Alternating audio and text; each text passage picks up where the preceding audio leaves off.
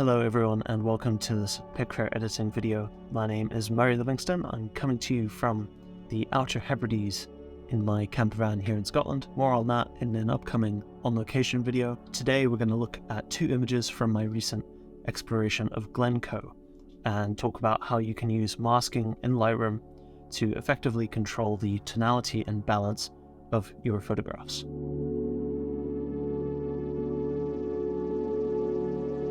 So over in Lightroom, here are the two images that we're going to talk about today. And I'll go through the black and white one first. I'll just open the stack and show you. The left one is the final, and the right is the copy with the Lightroom adjustments and no masking. So we'll jump into this one, hit D to go into the develop module, and make sure we've got our side panels open up. So you can see here I've done a number of adjustments, tone curve, black and white slider. But the focus of today's video is going to be on masking. So the first question you might ask is, well, what is a mask? And if we go over into this little dotted circle here, or you can click Shift W as the shortcut, you can go over into the masking panel in Lightroom. And effectively, these are tools that allow you to limit the area that your adjustment will be applied to. So you can see here, you can just paint with a brush. You can use linear gradients, radial gradients, and a number of sort of AI-generated Adobe masks, such as selecting the sky, which can be sometimes quite useful. The main two that I tend to use, though, are linear and radial.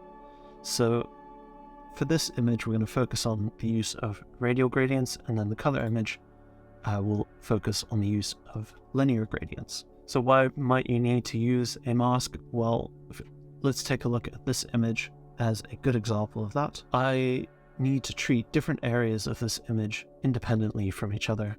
Global adjustments will only get me so far. So if I want to affect, say, the brightness of the sky, I want to bring that down. If I were to drop the highlight slider globally, I'd also be affecting the waterfall here. So by using a mask, I can drag a radial gradient over the sky, for instance, and that's going to create a nice soft feathered edge, which is very important.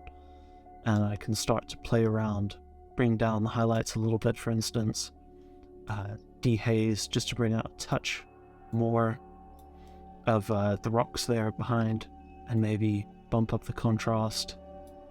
And we need to make sure that it's still quite bright, so we'll raise the exposure. So I mean, that's just a very quick example of how you can get a little bit more detail out of those rocks without losing the atmosphere. And that's an effective way of using the radial gradients. And in the same way, we can use it. You can rotate, you can change the shape, and you can also change the feather. But I would recommend that you keep that feather really quite big. You can control and copy them and create stacks with multiple radial gradients or any type of masking in that same group. So you could do this with the brush. I do that sometimes, but more commonly I'll do this with the radial tools. Anyway, we've got a half decent selection here of the waterfall, nice soft edge. If you hover over these little preview images, it'll give you an indication as to where your masking is being applied. So if we go back to the waterfall, I can now start to adjust just the waterfalls. I'll bring down the highlights. Again, might just do 5 dehaze, 5 clarity, and we're going to bring in a bunch of contrast here to really emphasize the texture in the water there. So we'll bring down the blacks a little bit as well. Yeah, that's looking quite nice. And then we do want to still make sure that it's nice and bright. So starting to build in subtle tonality here and controlling really the image on a more local basis. So lastly, I might think this image, well, it's a bit bright in the middle, so I can create a final radial gradient, drag it over the middle, something like that, and let's just bring down I don't want to lose the contrast, so I'll make sure that there's still enough whites in there, but I just think that it was, from before and after, it was a little bit distracting, whereas now I'm emphasizing the relationship between the waterfall and the snow rather than the hillside, which is sort of less important to the narrative of this particular image. So from before to after, using those masks, you can see subtle changes across a range of the image. Treating each area independently can yield some really nice results. So moving on to the color image, open the stack, and this is the final result, and then without masking, and again you can see I've done some basic adjustments here. But I wanted to focus on linear gradients in this case because there's a sort of awkward balance here where the sky is much brighter than the foreground, so we're going to use linear gradients to balance the image out a bit more. And in this case, it's really important that you do, especially when you're dealing with mountains against a sky, to make very soft selections. So we'll bring this down maybe 0.2, make sure we'll add a bit more, add that contrast back in that we lost, and then I might even bring the whites up just a touch and the blacks just a bit more as well.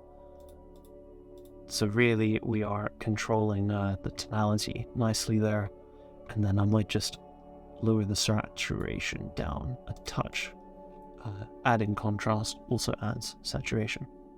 So the sky is looking quite nice now, but the balance is a little bit off, so I'm going to go and make another radial gradient, and this time affect just the bottom portion of the image. And I'm just clicking and dragging to create the distance, how much feather you want.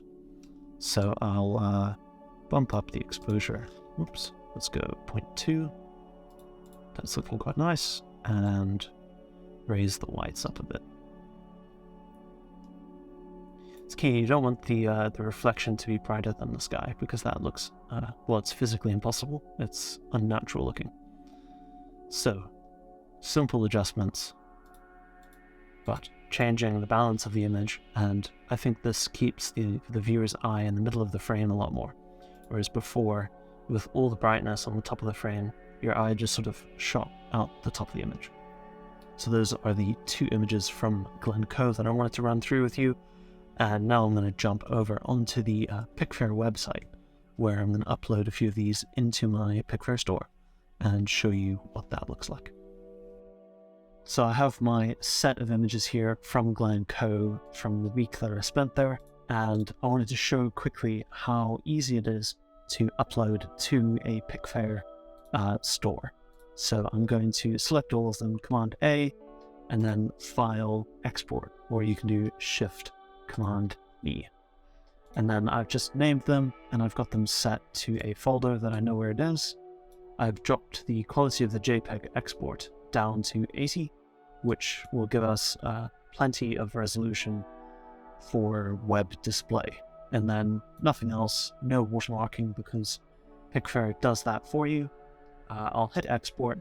That'll export those files nice and quick. We have all of our images exported.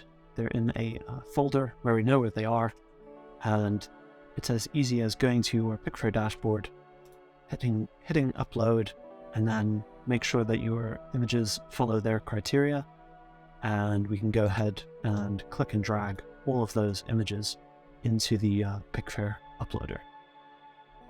We can then go through and add details, set our prices, add them to an album, add tags, etc.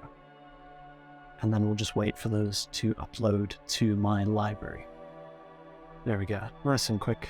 So we can head over to the library, so we can see that I've just uploaded these, so they'll be in moderation until they are confirmed by the Pickfair team. But from the dashboard, if I head over to the library to albums, I can create an album and add the images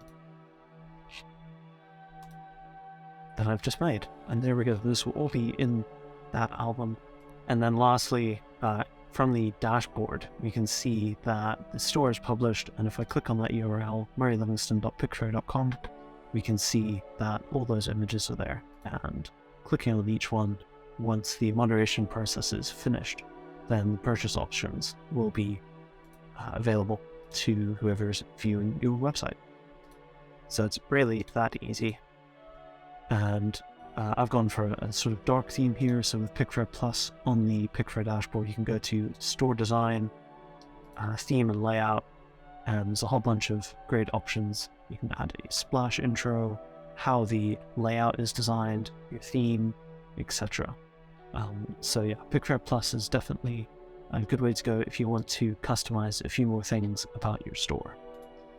It's great to have a simple, easy place to list your photographs for sale and for licensing purposes. Right, that's going to be it for this little editing video, as well as a look at the Pickfair interface. Don't forget to like the video, leave a comment down below, and subscribe to the Pickfair YouTube channel. As always, I'll see you in the next one. Cheers, everyone.